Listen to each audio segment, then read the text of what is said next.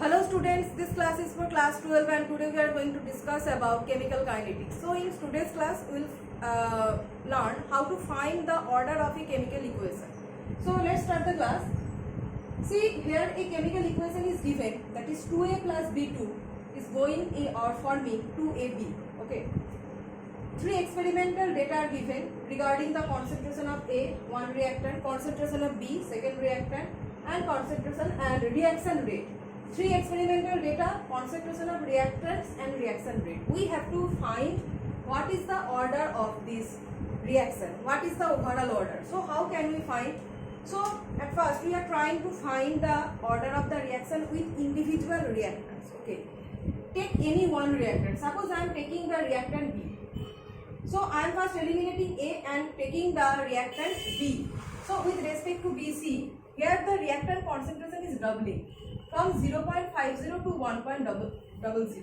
That means here reactant concentration is doubling and also the reactant rate is doubling from 1.6 to 3.2, double.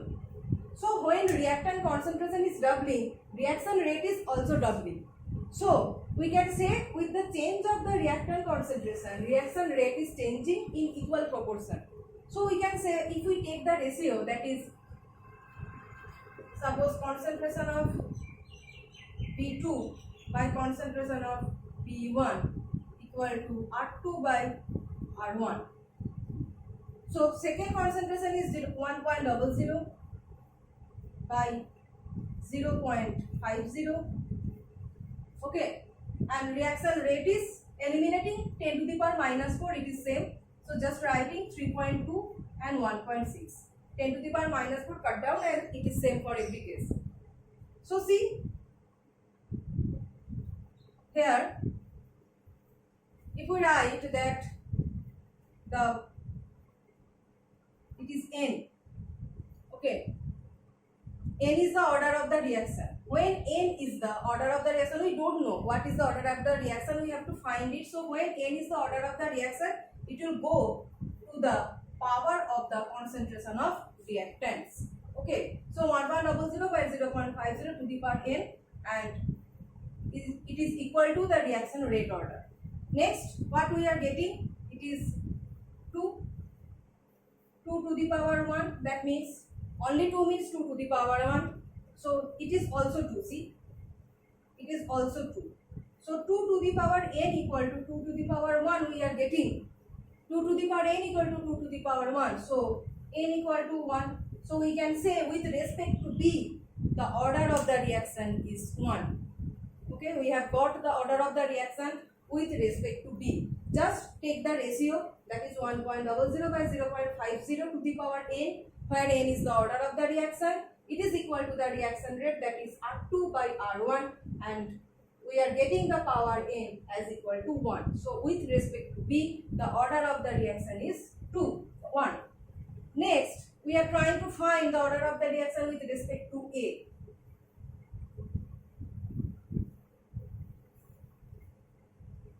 With respect to A. So see, with respect to A, when it is doubling, here it is constant.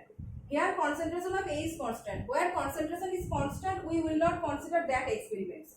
We will consider that experiments where concentration of reactants are changing. So here concentration of reactant is changing where? This portion. So here concentration of reactant again is doubling for A. And when the concentration of reactant A is doubling here, see, here is no change. Even after doubling the concentration of reactant A, there is no change in the reaction rate. That means what? If reaction rate does not change even after doubling or tripling the concentration of any reactant, that means it does not depend on that reactant. When we are doubling the concentration of B, it is seen that reaction rate is also doubling. Okay, and we can find that the order of the reaction with respect to B is 1. But when we are doubling the concentration of A, the reaction rate does not change. That means reaction rate is independent of the concentration of A. It does not depend on the concentration of A. So whenever we are trying to write down the reaction rate, we will write only with respect to B, not with respect to A. A will be eliminated in the reaction rate. So we will write rate equal to K is the reaction constant and concentration of B2, and what we have found the order of the reaction, it is 1. So concentration of B2 to the power 1. So here order of the reaction becomes 1. You can write here concentration of A you can include, but power will be 0. Why? Because reaction rate does not change by changing the reactant concentration A. So the power will be 0, does not change.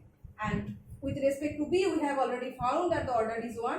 So to the power of B2, we are writing the term 1 as the order is 1. So overall order becomes, you can write order equal to 1 plus 0. So it is equal to 1. Overall order is 1.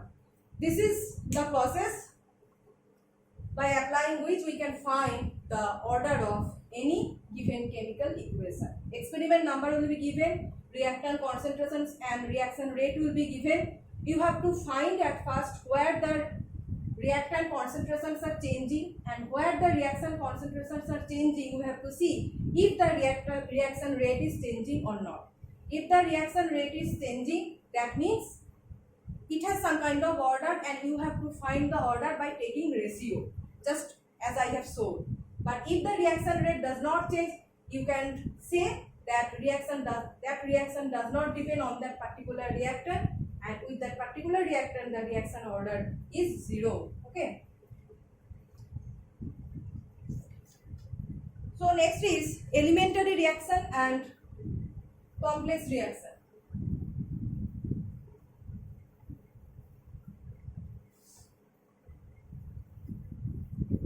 Two types of reaction.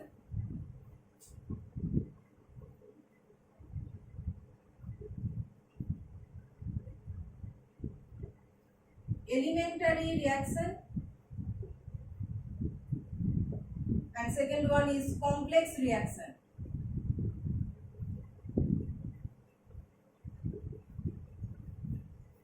For elementary reaction, it is single step reaction. Suppose we are trying to find the product and A plus B reacting to give the product B. Similar product P is obtained by a reaction where A plus B giving the product C, and C with the reaction of D, it is giving P. So final product is same here, see, P. A plus B giving the product P here in one step, but here A plus B giving the similar product by in two step. So this two step or three step reactions are known as complex reactions, and elementary reaction is just a single step reaction. Okay. So for elementary and complex reaction, there is different methods for writing the order. For complex reaction, for elementary reaction, it is okay. If K is the rate constant, you can write that rate equal to K into concentration of A, concentration of B. Okay.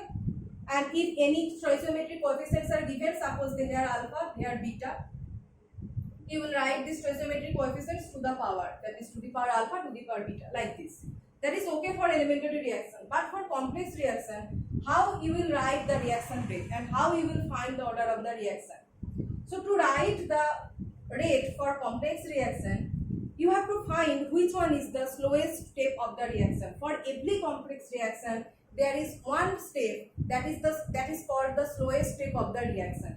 So if I say that this one, generally the first step involves the slowest step of the reaction. This is the slow step and this is the fast step. Whenever any complex reaction is given and the question asks to write the rate law, a complex reaction like this will be given and it will be asked to write down the rate law.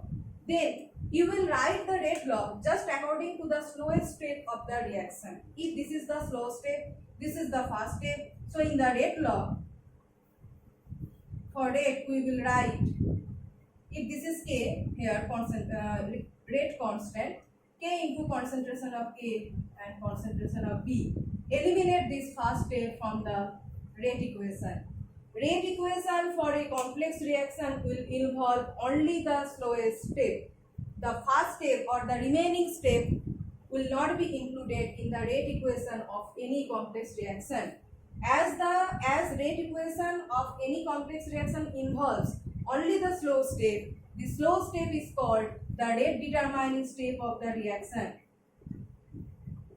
Okay, rate determining step. So what is the rate determining step of a complex reaction?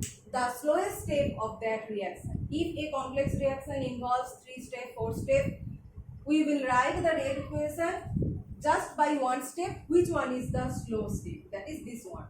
We will eliminate the others. Okay, so the rate determining step you have to identify. That is the method. So one example we can give, like it is given for complex reaction. Overall reaction is NO2 plus CO. All are reacting in gaseous phase and it is giving NO plus CO2. So this is the overall reaction, but this overall reaction takes place in 2 steps. What are the steps? NO2 plus NO2, two gases are reacting. NO2 plus NO2. They are reacting giving NO3 plus NO3 plus NO, and this NO3 reacts with CO. This NO3 reacts with CO to give NO2 plus CO2. Now do summation. This NO2 NO2 cut down, NO3 NO3 cut down. See, NO2 plus CO giving NO plus CO2. We are getting this 2-step reaction. In this 2-step reaction, this first step is the slow step. This is slow step and this is fast. Okay. So first one is slow step and the second one is fast step. So when we are trying to write the rate equation, we will write, the question is saying write down the rate equation for this reaction. So you will write rate equal to K into concentration of NO2 into concentration of NO2. That means K into concentration of NO2 whole square. This one you will write. You will eliminate this second step, and this is the first one. You will include only the rate determining step or the slow step. Rate determining step is also written as RDS. This is the RDS, that is rate determining step. Okay. So in the next class we will start from the kinetics of zero order reaction. Okay.